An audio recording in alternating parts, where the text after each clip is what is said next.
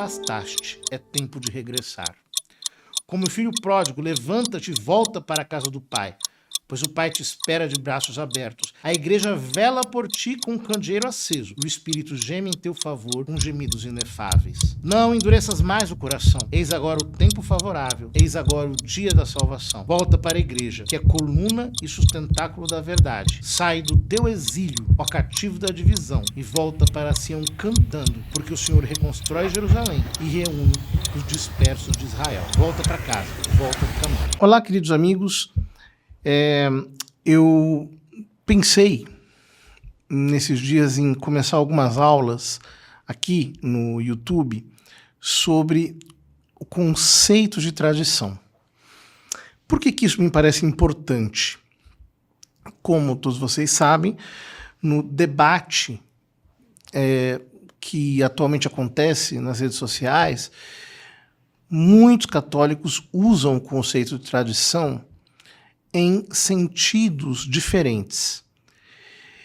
E essa bagunça conceitual é o que faz com que muitas pessoas não saibam se localizar no meio de toda essa expressão meio labiríntica.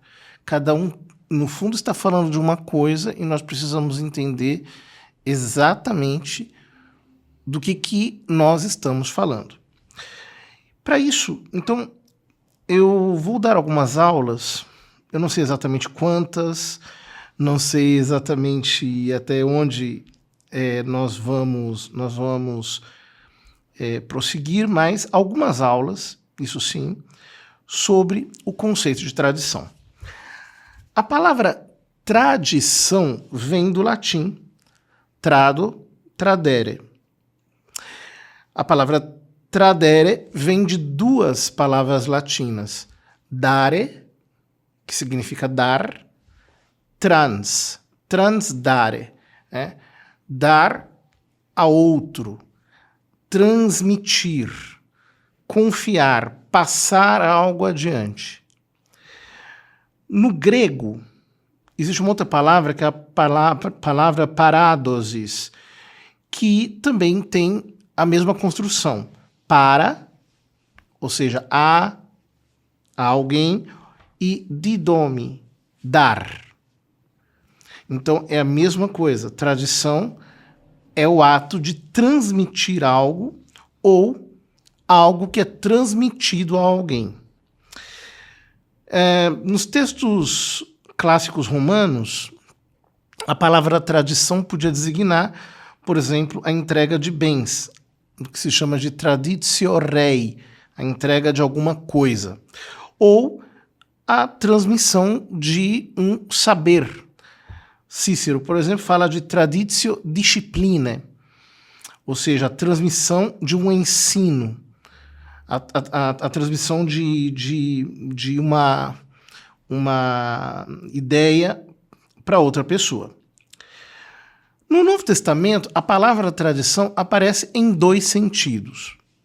Num sentido positivo e num sentido negativo. No sentido positivo, por exemplo, 2 Tessalonicenses 2,15, quando São Paulo diz: mantende as paradóseis, as tradições que aprendestes de nós, seja por palavra, seja por carta. Então, São Paulo fala de uma tradição, nesse caso, oral e escrita, que aparece justamente em sentido positivo. São transmissões que precisam ser custodiadas. Mas também existe um sentido negativo. Como, por exemplo, em Marcos 7,13, quando Jesus diz aos fariseus: vós invalidais a palavra de Deus por vossa tradição. Paradosis. Então, tradição aqui é num sentido negativo. É importante nós também percebermos nesse versículo de Marcos 7,13 que possivelmente existe uma palavra aqui embaixo que na sua origem é hebraica. que é a palavra Kabbalah. Kabbalah, em hebraico, significa recibo, ou aquilo que você transmitiu e outro tomou, outro recebeu. Esse mesmo ato, né? Porém, Kabbalah também tem o sentido no judaísmo do conhecimento, digamos, místico, etc. Então, é como se Jesus estivesse ali aludindo a um outro tipo de conhecimento, um conhecimento esotérico, um conhecimento oculto, que é contrário, oposto à palavra de Deus. Em todo caso, ali já aparece uma tensão entre aquilo que é tradição divina, aquilo que Deus nos transmitiu, e aquilo que são tradições humanas, que eventualmente podem sufocar a palavra de Deus. No caso de Marcos 7,13, isso é bastante evidente. Ora, nós temos outros usos da palavra tradição no Novo Testamento que são positivos. Por exemplo, 1 Coríntios 11:2. Louvo-vos, porque em tudo vos lembrais de mim e guardais as paradóseis, as tradições, como eu as entreguei. Paredoca, como eu as entreguei a vós. As tradições, como eu as transmiti, né? Paradóseis, paradoca. É a mesma palavra, porém conjugada em tempo diferente. 2 Timóteo 2:2. O que ouvistes de mim, confia-o paratou. Paratou é a mesma palavra, porém conjugada em tempo diferente. O que ouviste de mim, confia-o a homens fiéis, capazes de ensinar a outros. Esse é o princípio da sucessão apostólica, né? Quer dizer, ele está entregando aqui a Timóteo algo que ele precisa entregar a homens fiéis que são capazes de ensinar a outros. É São Paulo mostrando o princípio da tradição como um princípio constitutivo da igreja. Bonito isso aqui, né? Então, veja, nós temos nos padres da igreja diversos usos da palavra tradição nesse sentido, né? A traditio symboli, que é a entrega do credo aos catecúmenos no batismo. Também fala-se de traditio patris, a entrega do Pai Nosso, né? Patris Noster. Traditio Evangelii, ou traditio instrumentorum, que é o que acontece na ordenação, né? Quando se entrega o evangelho ao diácono, ou a patena e o cálice ao presbítero. Traditio scripturarum, o depósito das escrituras, que foi entregue à igreja. As escrituras, que é outra coisa, né? Que os nossos irmãos protestantes não entendem, né? A escritura foi entregue à igreja. E, portanto, é um depósito que é a igreja que interpreta e assim por diante. É claro que a resposta a essa traditio, a essa transmissão, é a reditio, né? Tradere, redere. Traditio, e ela supõe uma resposta, uma devolução, que é a fé. Né? A fé é o que, digamos assim, é a nossa resposta à tradição. Ora, portanto, aqui, nós, nesses significados, nesses usos, né, que aparecem no Novo Testamento, que aparecem na tradição da igreja, o que nós percebemos é que existe, digamos assim, um duplo significado da palavra tradição. tradição pode significar o ato de transmitir.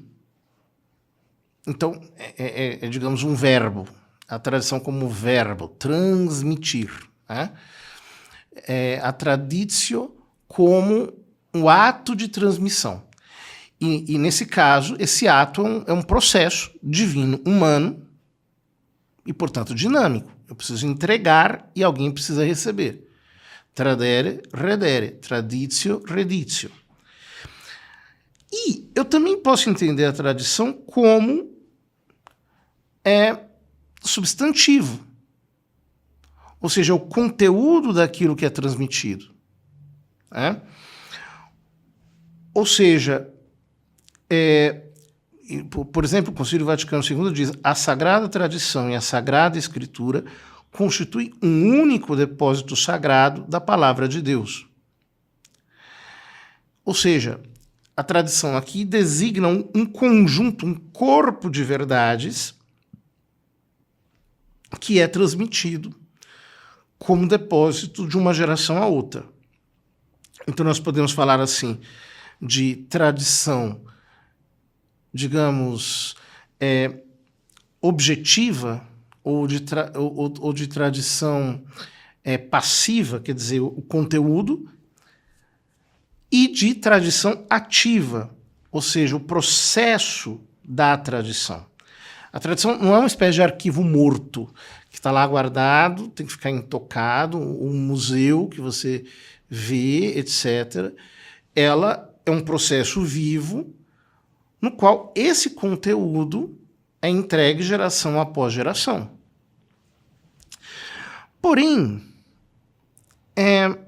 vejam, nós precisamos, digamos, nessa dupla dimensão, né, algo que permanece e algo que é um processo de transmissão, nós precisamos aqui nos livrar de certos perigos. Então, por exemplo, né, quando nós falamos mais do que de conteúdo, de uma psicologia aqui, né, no caso, quando nós falamos de progressismo ou da psicologia progressista, a psicologia progressista tende, ou ela tem esse frêmito de rejeição do passado. Na Idade Moderna, né, e contemporânea, lamentavelmente, nós adquirimos uma espécie de cronocentrismo. Então, alguns idealizam o futuro. E aí nós temos os progressistas, os modernistas, e, digamos, todas as ideologias de vanguarda. Parece que o progresso é a melhor coisa que existe, o progresso técnico parece equivaler ao progresso moral. Ou seja, tudo que vem adiante é maravilhoso, é bom, a nossa vida vai ser melhor.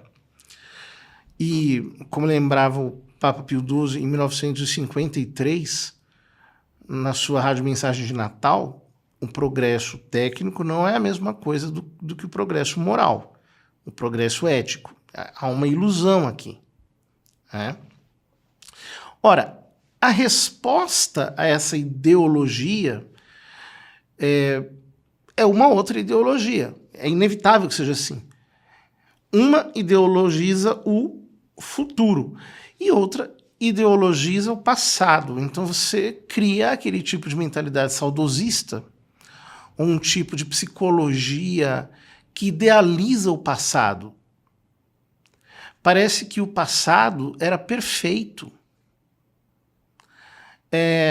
Então se ideologiza, por exemplo, a Idade Média, se romantiza, cria-se um idealismo. Parece que na Idade Média tudo parece um teatro, né? Em que você tem cavaleiros e cavalos cobertos com tecidos e papas com tiaras e tudo muito lindo, e aqueles monges e aquilo tudo, né? Parece um filme de Hollywood. E não era assim. Não era assim. Tem um livro interessante do Rodney Stark, que ele fala sobre os mitos, né? Os mitos criados. Esqueci agora o nome do livro. Eu tenho em inglês, mas eu acho que foi traduzido para o português pela Eclésia. E em que ele comenta coisas, por exemplo, da Idade Média que hoje soariam estranhíssimas para nós, né? Do tipo assim, como, por exemplo, as pessoas não frequentavam os sacramentos, não iam à missa com tanta frequência como nós imaginamos, né? Hoje os católicos talvez frequentem muito mais a missa do que naquele tempo. Não apenas em sentido absoluto, porque hoje tem mais católicos do que naquela época, mas também no sentido próprio, né? Era tudo muito distante, não havia muitos meios de transporte, não era toda a aldeia que tinha um padre, etc. Enfim, então aconteciam coisas desse tipo, em alguns períodos, né? Ou, por exemplo, né, ele descreve pessoas que comiam comida dentro da igreja, ou pessoas que, por exemplo, faziam churrasco na porta da igreja, umas coisas assim desse tipo, né? Que para nós soam muito estranhas. Na época era uma coisa mais ou menos normal. Mas para dizer, nem a idealização do futuro, nem a idealização do passado correspondem ao que significa tradição. A idealização do futuro peca contra o conteúdo da tradição, contra o seu significado objetivo. Então parece que a tradição ela tem que ser deixada de lado, e ela não pode ser deixada de lado porque ela é fonte da divina revelação para nós católicos, né? Então a Sagrada Tradição tem que ser deixada de lado e nós vamos fazer tudo do zero. Nós vamos agora, o que importa é um novo momento, é um novo tempo, né? Então o passado já passou e agora a gente tem que olhar só para as novidades. Porém, a mentalidade saudosista, romântica, tradicionalista e afins, né, peca contra o conceito ativo de tradição, contra o seu significado ativo de transmissão. A tradição não é um museu, não é um arquivo morto em que a gente pega lá as coisas e repete. É interessante como algumas pessoas elas não conseguem se dar conta de que não basta você pegar um texto, sei lá, escrito no século XVIII sobre a relação da igreja com os estados católicos. Você não pode pegar aquilo e simplesmente ler hoje como se as circunstâncias fossem as mesmas. Assim como você não pode pegar um texto hoje escrito sobre as relações da igreja com os estados laicos, que são independentes da igreja. Então, pegar um texto desse tipo e ler como se nós estivéssemos nos estados católicos. Não dá para fazer isso. Mas elas não percebem. E parece que não existe mais nada a não ser a mera mentalidade, digamos assim, do passado que precisa ser imposta agora, né? Eu queria terminar um pouco essa aula fazendo uma série de distinções. Nós temos, isso é bastante usual em qualquer aula de teologia, os professores já no primeiro dia dizem isso, né? Que nós temos uma diferença entre tradição com T maiúsculo e tradições com T minúsculo, né? Mas nós precisamos aprofundar um pouquinho no que significa isso, porque frequentemente as coisas são um pouco confusas. Né? Então vamos lá. A tradição com T maiúsculo é a tradição que é fonte da divina revelação. E a divina revelação foi concluída com a morte do último apóstolo. Isso para nós é absolutamente fundamental. Senão nós colocamos em pé de igualdade, por exemplo, coisas escritas no século VII, no século XV, com a divina revelação. Então, a tradição com T maiúsculo, ela tem um momento em que ela se fecha. E o momento em que ela se fecha é com a morte do último apóstolo. Por quê? Para a doutrina católica, tradição e escritura são uma só fonte. É outra coisa que nos debates com os evangélicos eles não conseguem entender. Que é uma coisa até muito básica, né? Porque para você entender um texto, você precisa saber muito mais coisas do que aquelas que estão contidas dentro do texto que você está lendo. Então, sem a tradição oral, você jamais conseguiria entender o texto do Novo Testamento. Inclusive, há palavras do Novo Testamento que só se entendem no contexto da tradição oral. Dou um exemplo. Uma palavra que há um tempo atrás deu aí um problema, né, entre o Marco Feliciano e o Felipe Neto, que é a palavra malakói, né, que uns traduzem. A palavra malakói significa basicamente mole, algo que não é rígido. Então, metaforicamente, ela significa também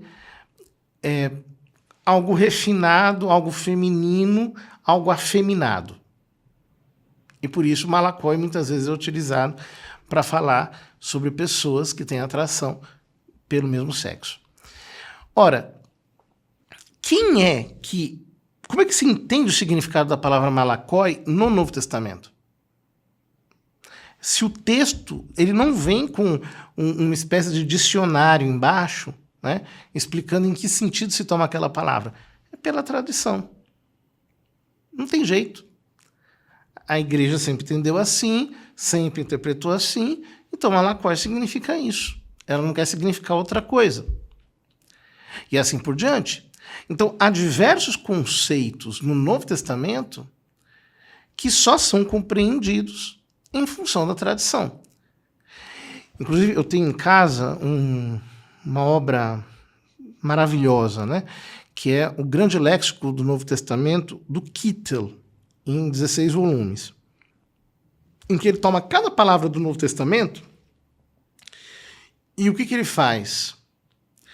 Ele analisa aquela palavra em toda a tradição grega, extra-bíblica, intra-bíblica, intraneotestamentária e na tradição. Então você entende o que uma palavra significa a partir desse contexto completo. Isso é muito importante e de certo modo, até básico. Tradição e escritura são a mesma fonte. É a divina revelação. Elas são a fonte da divina revelação. Só que a tradição a tradição com T maiúsculo, acaba com a morte do último apóstolo. Morreu São João, fechou-se a divina revelação. Então vejam, o que passa daí é o que nós chamamos de tradições eclesiásticas. E isto é muito, muito, muito importante entender. Porque se a tradição apostólica, eu já vou falar um pouquinho melhor disso, é imutável, As tradições eclesiásticas não o são. As tradições eclesiásticas são dinâmicas, elas são mais dinâmicas. E as tradições eclesiásticas, elas variam de acordo com o tempo para favorecer melhor a compreensão e o recebimento da tradição com T maiúsculo. Também já vamos falar disso. No fundo, aqui essas aulas vão ser sobre essa dinâmica entre a tradição com T maiúsculo e as tradições que vão sendo alteradas ao longo da história da Igreja. Sobre a tradição com T maiúsculo, nós podemos falar de uma distinção. É aquilo que se chama de tradição dominical e tradição apostólica. Qual que é a diferença? Tradição dominical é a tradição vinda do próprio Cristo. Oralmente, são os ensinos de Cristo que não estão consignados por escrito nas Sagradas Escrituras. E tradição apostólica são os ensinos dos apóstolos que não estão escritos nas Sagradas Escrituras, e aqui eu diria não apenas os ensinos, mas também tudo aquilo que Cristo e tudo aquilo que os apóstolos, respectivamente para a tradição dominical e para a tradição apostólica, entregaram para a Igreja. Sobre a tradição dominical, por que ela chama dominical? Não tem nada a ver com o dia do domingo, né? Não é em relação ao primeiro dia da semana necessariamente, né? Na verdade, o primeiro dia da semana é chamado domingo pela mesma razão que tradição dominical é chamada de dominical. Dominical significa tradição do Senhor, domini.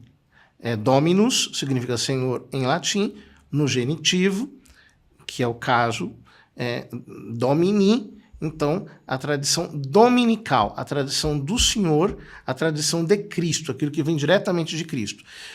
E aí, talvez você se espante, mas existem coisas que Cristo ensinou que não estão escritas no Novo Testamento? Sim, existem. Por exemplo, aquilo que é referente a alguns sacramentos, né? Você não tem no Novo Testamento uma distinção clara do momento em que alguns sacramentos foram instituídos. Então, por exemplo, a gente sabe que o matrimônio, aliás, os 7 sacramentos foram instituídos por Cristo. Porém, embora os 7 sacramentos tenham sido transmitidos por Cristo, o matrimônio não tem aquele momento que fala assim, agora eu estou instituindo o matrimônio. Mas nós sabemos que o matrimônio foi instituído por Cristo. Como? Tradição dominical. Ou seja, pelo batismo, nós temos uma vida sobrenatural e a união entre 2 batizados também tem que ser sobrenatural. Portanto, ela é sacramental. E o matrimônio é um dos sacramentos instituídos por Cristo. O sacramento da unção dos enfermos. Não há um momento no Novo Testamento em que você veja que Cristo instituiu o sacramento como tal. Mas nós vemos momentos em que Cristo mandou ungir com óleo. E depois nós vemos a menção a esse sacramento claramente no capítulo 5 da carta de São Paulo, da carta de Santiago. Mas você não tem um momento em que você vê claramente, bom, mas é um dos sacramentos instituídos por Cristo, nós sabemos por tradição oral. E a crisma. Por exemplo, você já se perguntou por que nós, na igreja, nós fazemos a bênção crismal, a bênção do óleo do crisma, na quinta-feira santa, de manhã, ou, enfim, de acordo com o costume local, né? Mas em geral, na quinta-feira santa de manhã, no mesmo dia da instituição da Eucaristia e do sacerdócio? Porque o sacerdócio, como tal, é de instituição divina. Portanto, a unção sacerdotal, que é o que está ligado ao sacerdócio, né? A unção sacerdotal é evocada pela bênção do crisma, pela bênção do óleo dos catecúmenos, pela bênção do óleo dos enfermos. Vale lembrar que no rito antigo as mãos do sacerdote eram ungidas com o óleo dos catecúmenos e não com o óleo do crisma. A cabeça dos bispos era ungida com o óleo do crisma e também as suas mãos, né? durante o rito da ordenação episcopal. Isso tem um significado, porque depois a gente vai ver um pouquinho disso, mas na mentalidade antiga, o episcopado não era considerado propriamente uma espécie de um sacramento.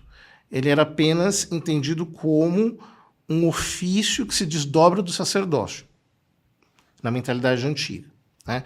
Hoje, entende-se mais o episcopado como um sacramento propriamente distinto, no sentido dos demais graus do sacramento da ordem. Muito bem, não vou entrar muito nessa questão, porque nós não estamos falando aqui, não estamos fazendo teologia dos ministérios.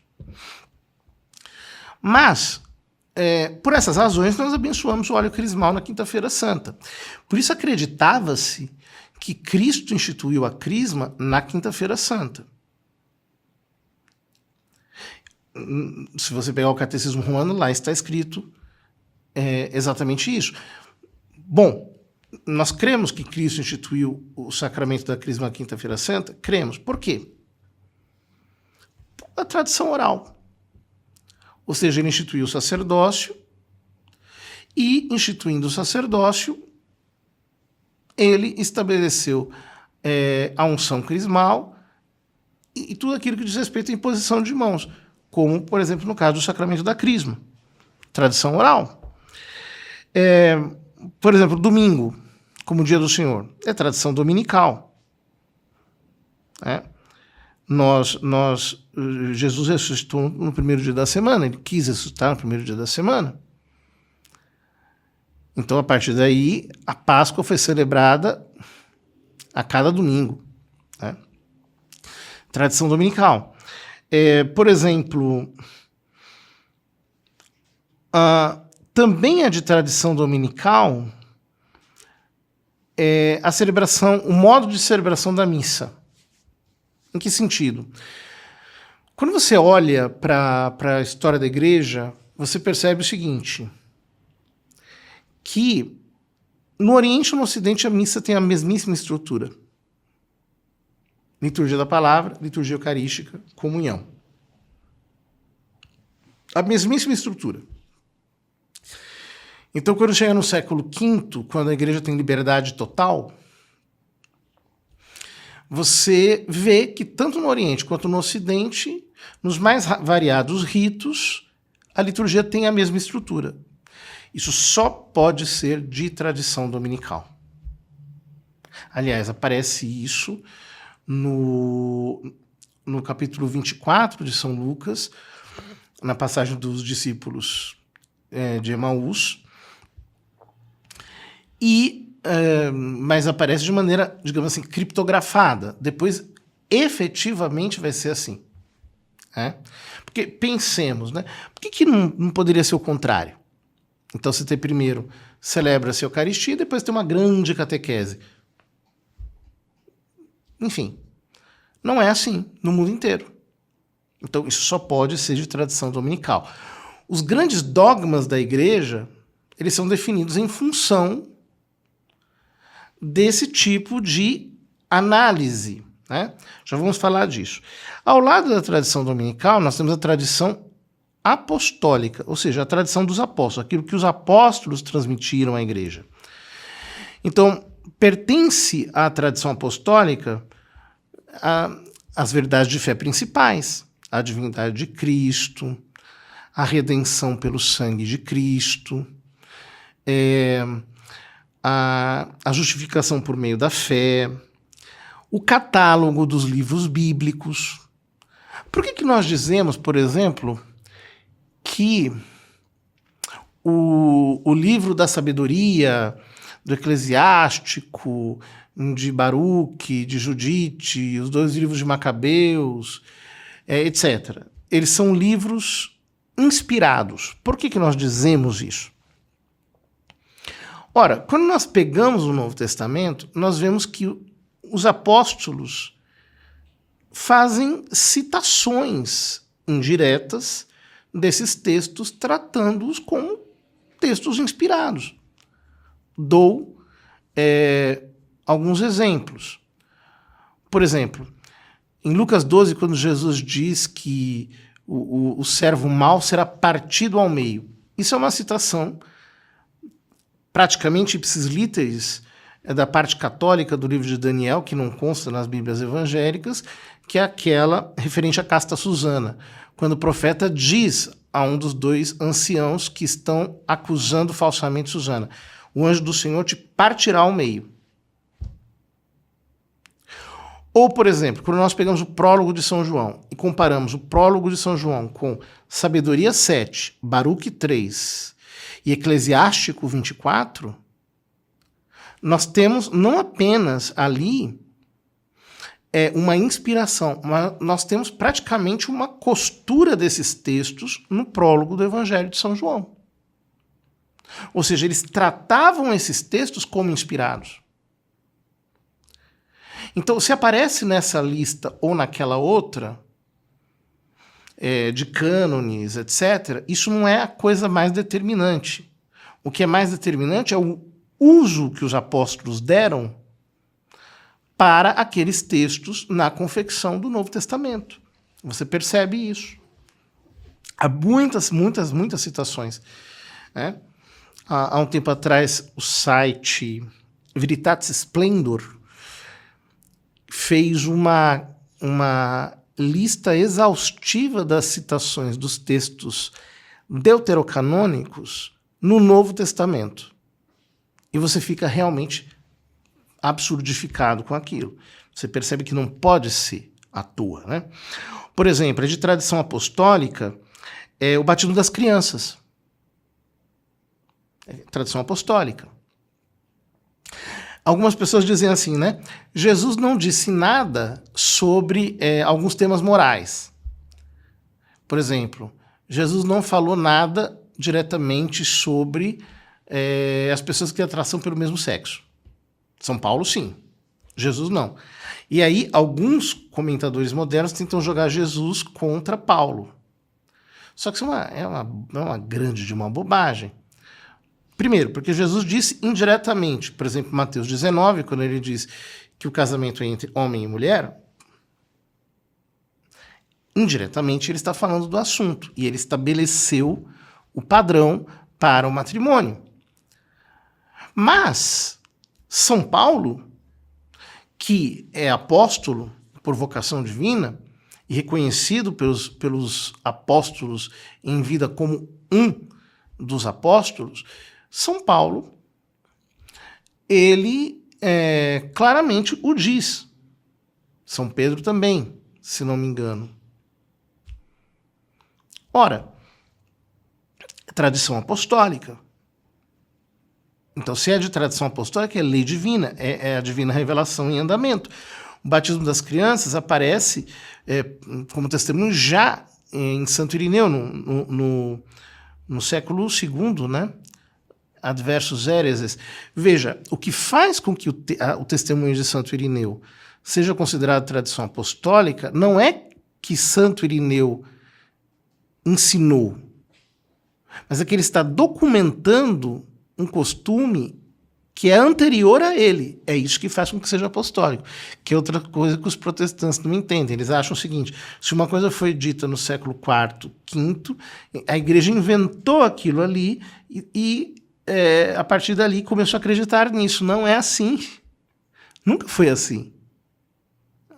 Às vezes, uma tradição é documentada muito tempo depois, porque não era necessário, porque, por exemplo, a igreja estava debaixo de perseguição.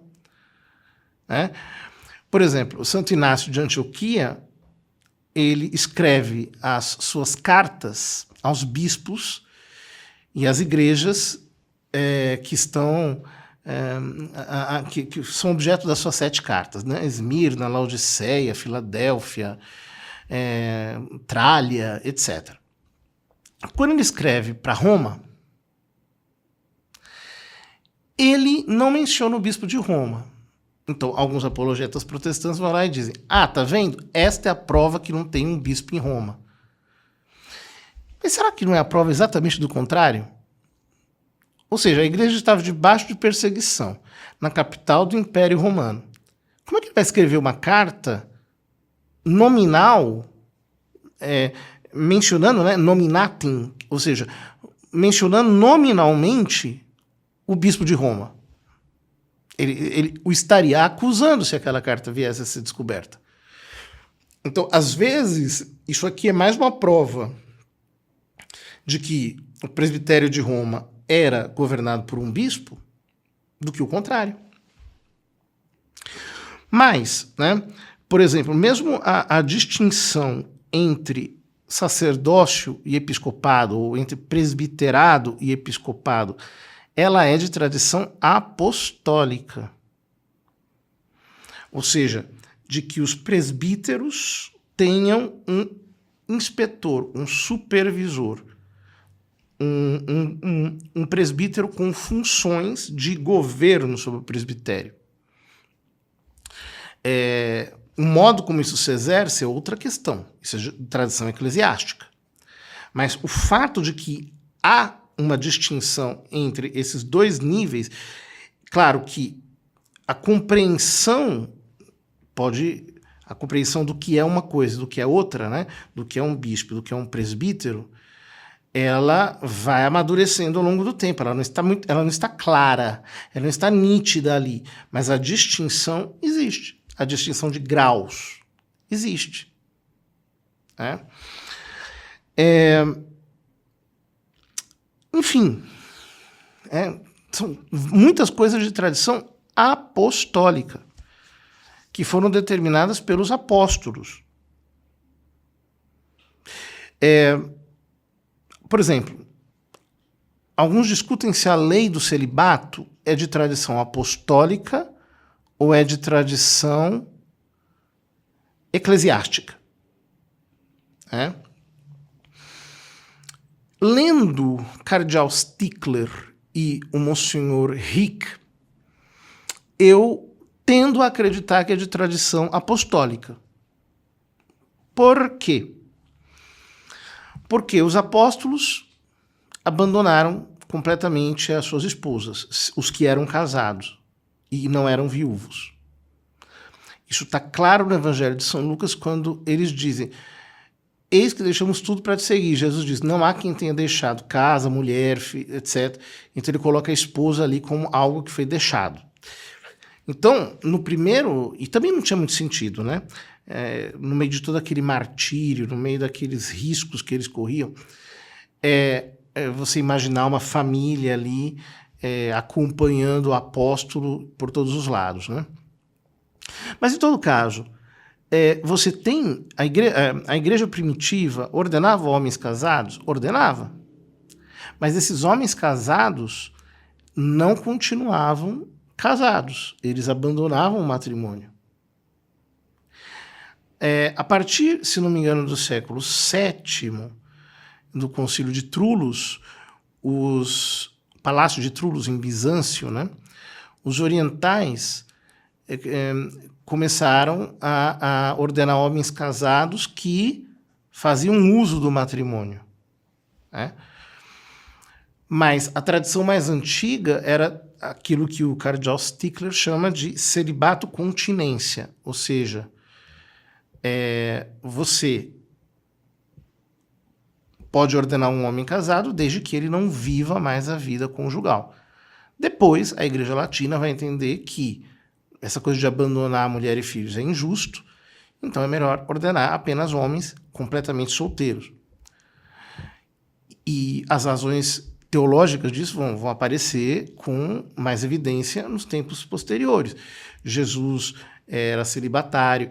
Quando, por exemplo, Jesus pergunta aos apóstolos: quem dizem os homens ser o filho do homem? Em Mateus capítulo 16, versículo 13. Eles dizem, uns dizem que és João Batista, outros que és Elias, outro que és Jeremias ou algum dos profetas. Os três celibatários. Eles veem a atitude celibatária de Jesus como paradigmática. João Batista, Elias e Jeremias são os três profetas celibatários. Paulo depois vai dizer que é melhor dedicar-se exclusivamente às coisas do Senhor, vai colocar o celibato, a virgindade como superiores ao matrimônio, enquanto dedicação plena a Deus. E depois, mesmo nas igrejas orientais, você tem um resquício disso, porque os bispos não podem ter sido casados nunca, têm que ser celibatários, e os padres casados também não podem fazer uso do matrimônio dias antes e depois, na verdade dias antes, se não me engano, não sei se depois, agora eu não me lembro, mas dias antes de celebrar a Santa Missa, o que também faz com que eles não celebrem diariamente. Então você tem resquícios disso até hoje na disciplina oriental. Tudo isso me faz crer, com outros muitos elementos, de que o celibato seja de tradição apostólica. Porém, nós, além da tradição dominical e da tradição apostólica, que encerram, por assim dizer, o que nós chamamos de tradição com TH, com T maiúsculo, tradição com T maiúsculo e tradição como fonte da divina revelação, junto com as Escrituras, além disso, nós temos as tradições eclesiásticas.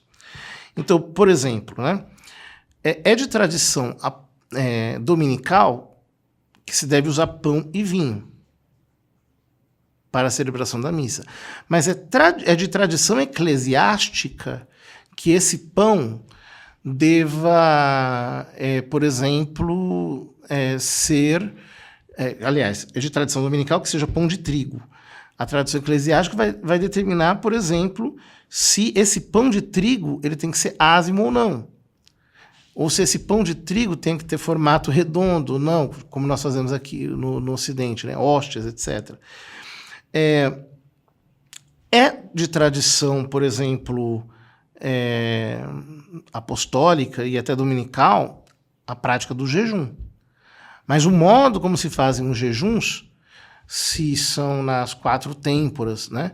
Nos 4 dias penitenciais para cada estação do ano, né? Primavera, verão, outono, inverno, se é nas vigílias das grandes solenidades ou não, tudo isso é lei eclesiástica.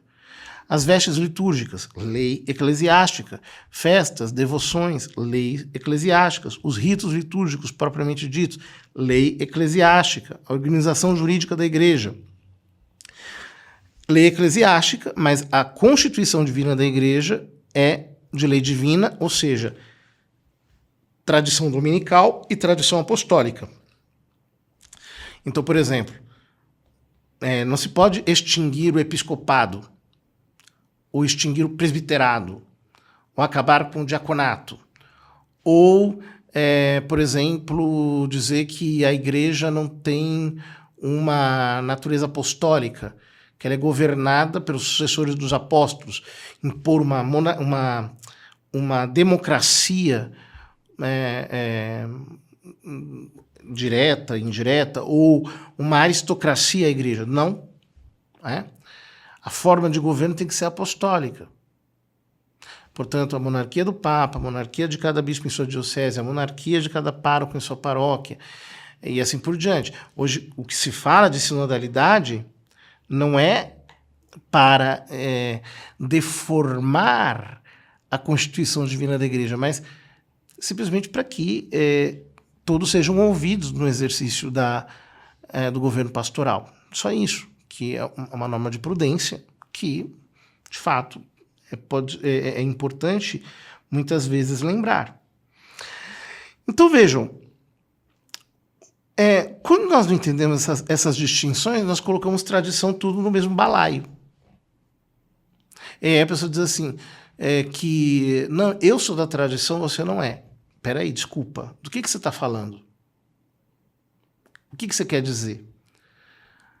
Porque o monopólio da tradição é da Igreja Católica, no sentido de que é o magistério da Igreja que detém a interpretação da divina revelação, da Escritura e da tradição.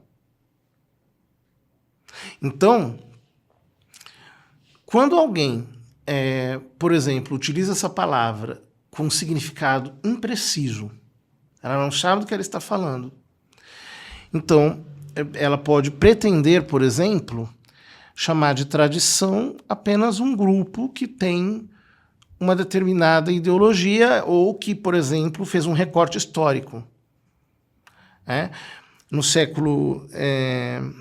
No início do século XIX, surgiu na França um grupo chamado La Petite Église, a Pequena Igreja. Por quê? O Papa Pio VII fez acordos com a República Francesa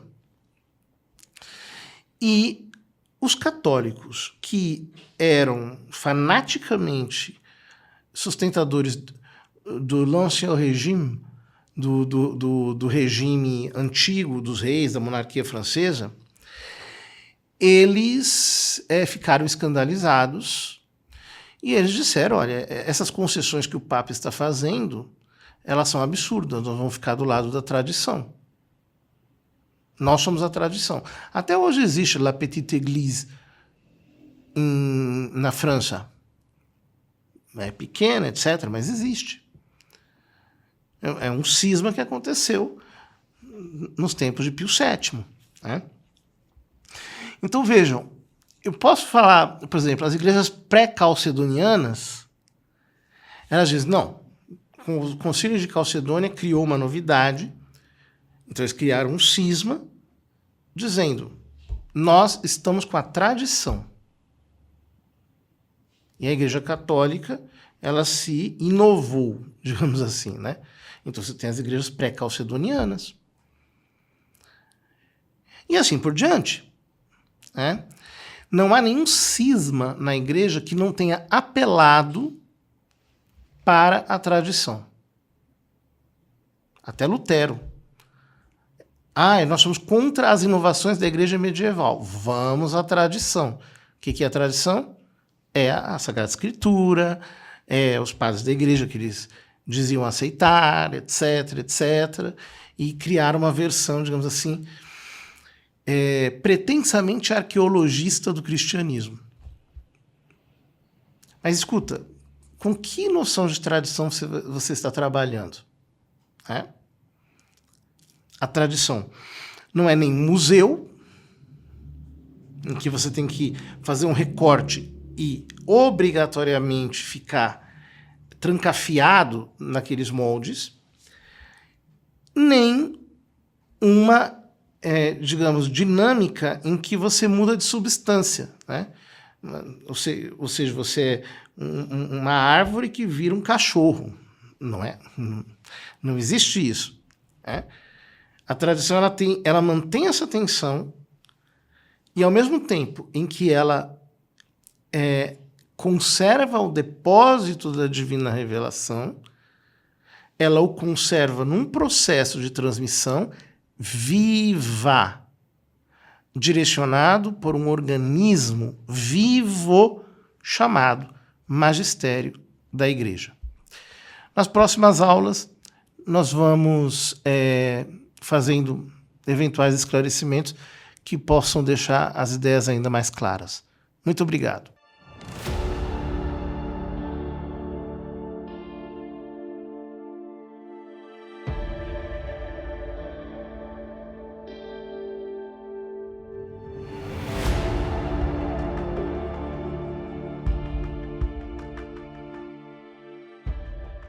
Se você chegou até o fim desse vídeo, é porque gosta dos conteúdos que partilho aqui e se interessa por temas que ajudam a crescer na fé. Quero te fazer um convite. Dentro da nossa plataforma de estudos, há cursos de formação pensados para todo católico que deseja conhecer mais profundamente a Igreja e viver melhor sua fé. Estamos sempre acrescentando novos conteúdos. Recentemente, por exemplo, lançamos um curso completo sobre a liturgia das horas e temos muitos outros disponíveis, cada um ajudando em algum aspecto diferente da vida espiritual. Quando conhecemos a tradição e compreendemos o que é a Santa Igreja, aprendemos a amá-la de verdade. Seja meu aluno, clique no link da descrição abaixo deste vídeo ou no QR Code que está aparecendo na tela.